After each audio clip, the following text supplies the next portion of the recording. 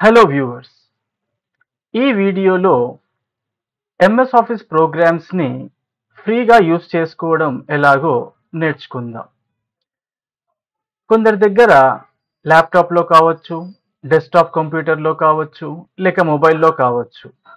MS office programmes use చేసుకుందామంటే కొన్నిసార్లు ఆ programmes అనేవి అందులో ఇన్స్టాల్ చేసి ఉండకపోవచ్చు. ముఖ్యంగా మొబైల్లో. ఓకే. మరి అలాంటప్పుడు ఏం చేయాలి మరి? ఆన్‌లైన్‌లో మనకు ఫ్రీగా అవైలబుల్ ఉంటుంది. ఓకే. యూజ్ చేసుకోవచ్చు. ఓకే. అది ఎలా యూజ్ చేసుకోవాలో చూద్దాం. ఇంకో విషయం ఏంటి అంటే, మన దగ్గర ఓల్డ్ వెర్షన్స్ ఉండొచ్చు ఎంఎస్ ఆఫీస్‌ది. 2013 గానీ, 2007 కానీ, ఓకే. 2021 లోపు గానీ, ఇంకా ఏవైనా వెర్షన్స్ ఉండొచ్చు. ఓల్డర్ వెర్షన్స్ అనేవి ఉండొచ్చు. మరి ప్రతి న్యూ వెర్షన్‌లో ఏమవుతాయి? న్యూ ఫంక్షన్స్, న్యూ కమాండ్స్ అనేవి వస్తూ ఉంటాయి. మరి ఈ యొక్క కమాండ్స్ అండ్ ఫంక్షన్స్‌ని యూజ్ చేయాలంటే మరి ఓల్డర్ వెర్షన్స్‌లో యూజ్ చేయలేం. మరి అప్పుడెలాగా? మళ్ళీ కొత్త సాఫ్ట్‌వేర్ ఎంఎస్ ఆఫీస్‌ది ఇన్‌స్టాల్ చేసుకోవాలంటే వీలు కాకపోవచ్చు. అదేమవుతుంది? డబ్బులు కట్టాల్సొస్తుంది. అలా కాకుండా మనం ఫ్రీగా ఇవన్నీ రిసోర్సెస్ అనేది ఎలా యూజ్ చేసుకోవాలో ఈ వీడియోలో నేర్చుకుందాం. ఓకేనా?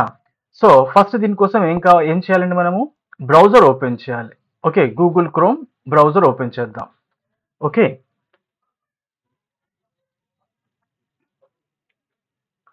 రైట్. ఈ యొక్క గూగుల్ క్రోమ్ వెబ్ బ్రౌజర్‌కి వచ్చేసిన తర్వాత సెర్చ్ బాక్స్ అడ్రెస్ బార్ ఉంది కదండీ! ఇందులో మనం ఏం చేద్దాం? ఆఫీస్ 365 అని టైప్ చేయండి. ఓకే. ఇది మొత్తం అప్‌డేటెడ్ ఉంటుందన్నమాట. Okay. All features and functions దీంట్లో అవైలబుల్ ఉంటాయి. ఇప్పుడిక్కడ ఏం చూపిస్తుంది? మైక్రోసాఫ్ట్.కామ్ ఆఫీస్ 365. ఓకే. ఈ బటన్ కానీ, ఈ లింక్ కానీ, ఆ లింక్ కానీ క్లిక్ చేయండి. ఓకే. ఇది క్లిక్ చేద్దాం. Office 365 login. ఇది క్లిక్ చేసిన తర్వాత ఏమంటుంది? సైన్ ఇన్ చేయమంటుంది. అయితే ఇది మనం ఏం యూజ్ చేస్తున్నామంటే మైక్రోసాఫ్ట్. కాబట్టి మైక్రోసాఫ్ట్ అకౌంట్‌తోనే మనం లాగిన్ అవ్వాలన్నమాట. ఇలాగైతే గూగుల్ డ్రైవ్ అవన్నీ మీకు అవైలబుల్ ఉండాలంటే ఏం చేయాలి? గూగుల్ మీట్ మీరు లాగిన్ అవ్వాలంటే ఏం చేయాలి? జీమెయిల్ అకౌంట్ ఉండాలి. అలాగే ఈ యొక్క ఆఫీస్ ప్రొడక్ట్స్ అంటే ఆఫీస్ ప్రోగ్రామ్స్ అంటే ఇవన్నీ దేనికి సంబంధించినవి?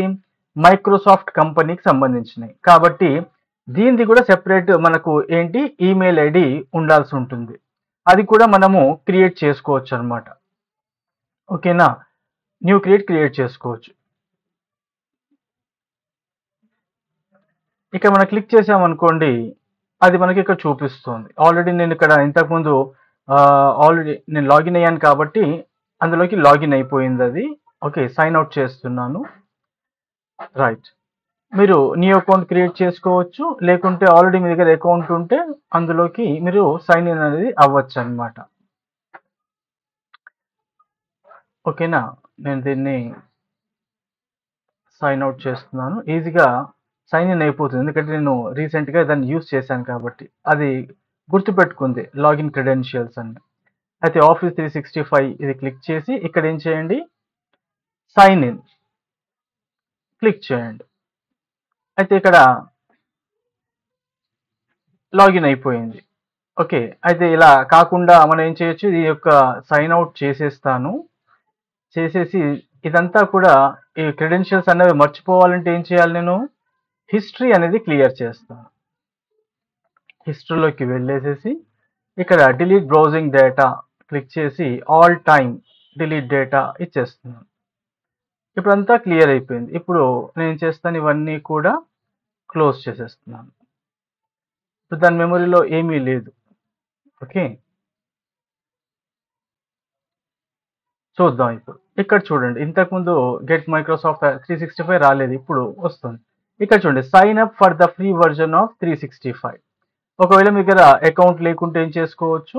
ఇక్కడ మీరు సైన్ అప్ అనేది క్లిక్ చేసేసి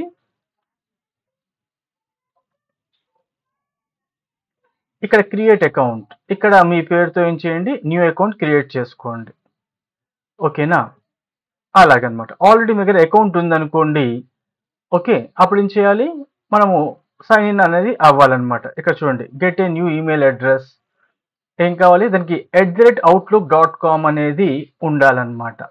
మన ఇప్పుడు ఇక్కడ న్యూ అకౌంట్ నేను క్రియేట్ చేస్తున్నాను. సపోజ్ మీకు మీ దగ్గర న్యూ అకౌంట్ లేదనుకోండి, ఎలా క్రియేట్ చేయాలో ఇక్కడ చూపిస్తున్నాను ఎగ్జాంపుల్గా. Okay, suppose Ramakrishna. ఓకే, నా పేరు ఇస్తున్నాను, రామకృష్ణ సార్. ఓకే, ఇచ్చేసి చూస్తాను ఏమొస్తుందో. నెక్స్ట్ క్లిక్ చేస్తే ఆల్రెడీ ఈ పేరుతో అకౌంట్ ఉందని చూపిస్తుంది. అయితే ఇక్కడ ఏం చేస్తాను, రామకృష్ణ సార్ 19 అని ఇస్తాను. ఇప్పుడు ఏం చూపిస్తుందో చూద్దాం. ఎస్, యాక్సెప్ట్ చేసింది. ఓకే, సో ఇది నేను కాపీ చేసుకుంటాను. రైట్, పాస్వర్డ్ అనేది క్రియేట్ చేయమంటుంది. ఇక్కడ నేను ఒక పాస్వర్డ్ అనేది క్రియేట్ చేస్తాను.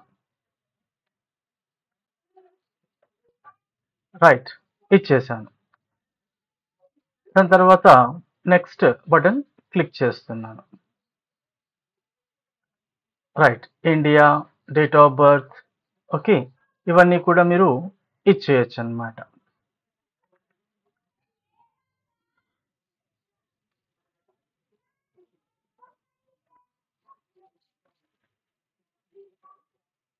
ఇవన్నీ డీటెయిల్స్ అన్ని ఇచ్చేసేసి ఏం చేసుకోవాలి, నెక్స్ట్ బటన్ క్లిక్ చేసేసి రైట్ అది కంప్లీట్ చేసేసుకోవాలి. దీని తర్వాత ఓకే, మీకు తెలిసిందే కదా, అకౌంట్ అనేది క్రియేట్ అయిపోతుంది. అదే లాగిన్ అవ్వాలనుకుంటే తయారైపోయింది. ఇప్పుడు లాగిన్ అవ్వాలంటే ఏం చేస్తారు, మీరు క్లిక్ చేసుకోవాలి. ఇప్పుడు నాకు ఆల్రెడీ అకౌంట్ ఉంది కాబట్టి ఏం చేస్తాను, న్యూ క్లిక్, సైన్ అప్ చెయ్యను, సైన్ ఇన్ చేస్తాను.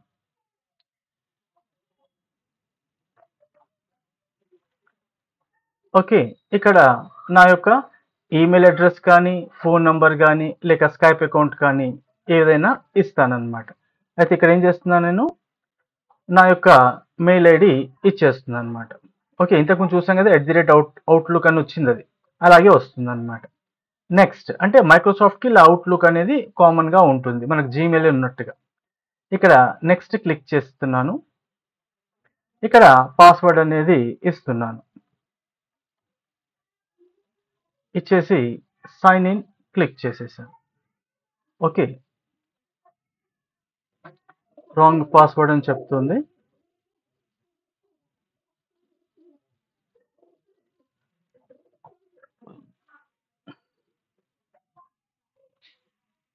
స్టే సైన్డ్ ఇన్, ఎస్, అంతేనండి. లాగిన్ అయిపోయాం మనం. ఓకేనా, అన్నీ కూడా అవైలబుల్ ఉన్నాయి. ఇప్పుడు ఇంతవరకు ఏం నేర్చుకున్నాం మనము,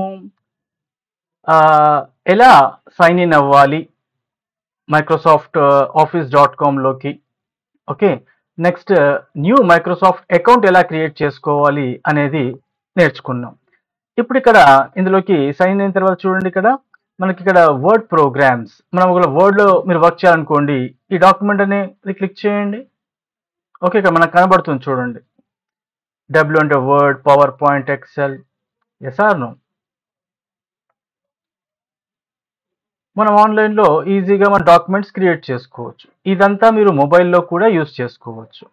ఓకేనా, ఇక్కడ ఏమన్నా టైప్ చేసుకోండి. ఓకే, రైట్, ఇచ్చేసాను. సేవ్ చేయాలనుకోండి, ఈ యొక్క డాక్యుమెంట్ ఉంది కదా, దీనిపైన క్లిక్ చేసి నేమ్ ఇచ్చేసుకోండి. ఓకే, ఆర్కే డాక్యుమెంట్, ఇలాగా. ఇప్పుడు ఇది ఎక్కడ సేవ్ అవుతుంది మరి, ఇప్పుడు దీన్ని క్లిక్ చేసిన తర్వాత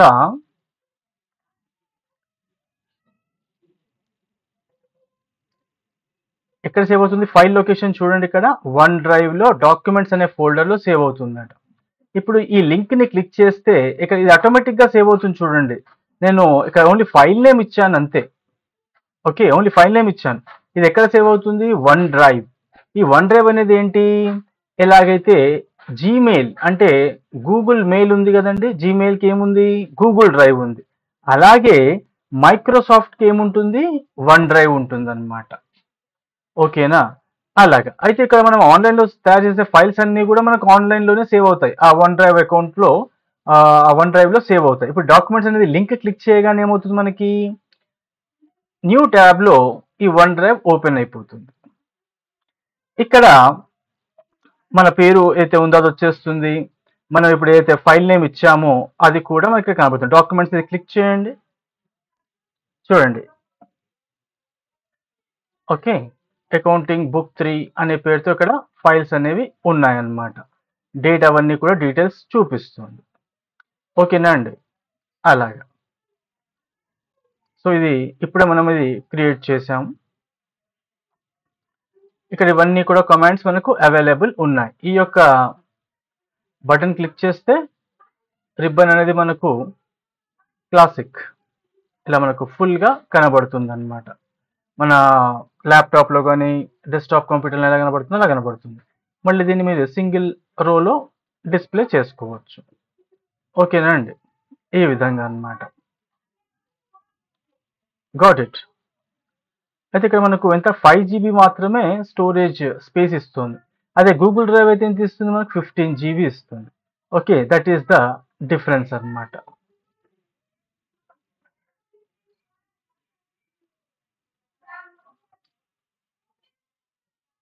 ఇక్కడ సేవ్ అని చూడండి, మనం ఇప్పుడు ఇచ్చింది ఆర్కే డాక్యుమెంట్స్ DOCX.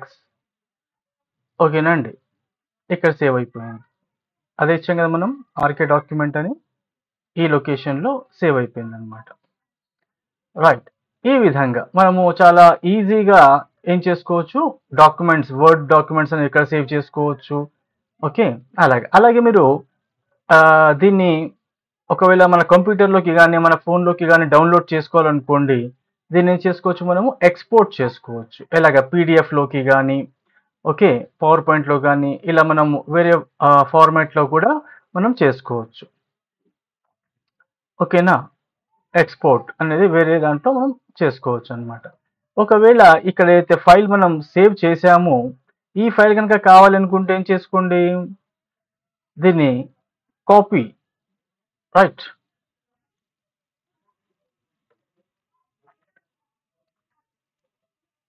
ఇది మీరు మరో లొకేషన్లోకి మీరు కాపీ చేసుకోవచ్చు అనమాట. ఓకే, వేరే వేరే ఫోల్డర్స్ ఉన్నాయి కదా, ఇందులోకి మీరు చేసుకోవచ్చు. All right.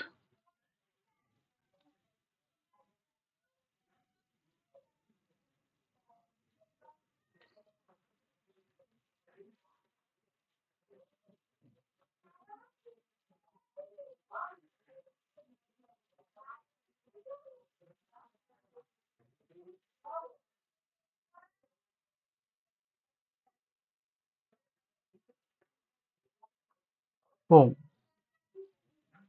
అలాగే పవర్ పాయింట్ కానీ ఎక్సెల్ కానీ ఇవి కూడా మనము క్రియేట్ చేసుకోవచ్చు. ఎక్సెల్ ఫైల్స్ కూడా మనం క్రియేట్ చేసుకోవచ్చు. ఇంతకుముందు మనము వర్డ్ చూసాం, ఇప్పుడు ఎక్సెల్ చూస్తున్నాం. ఓకే కదండి?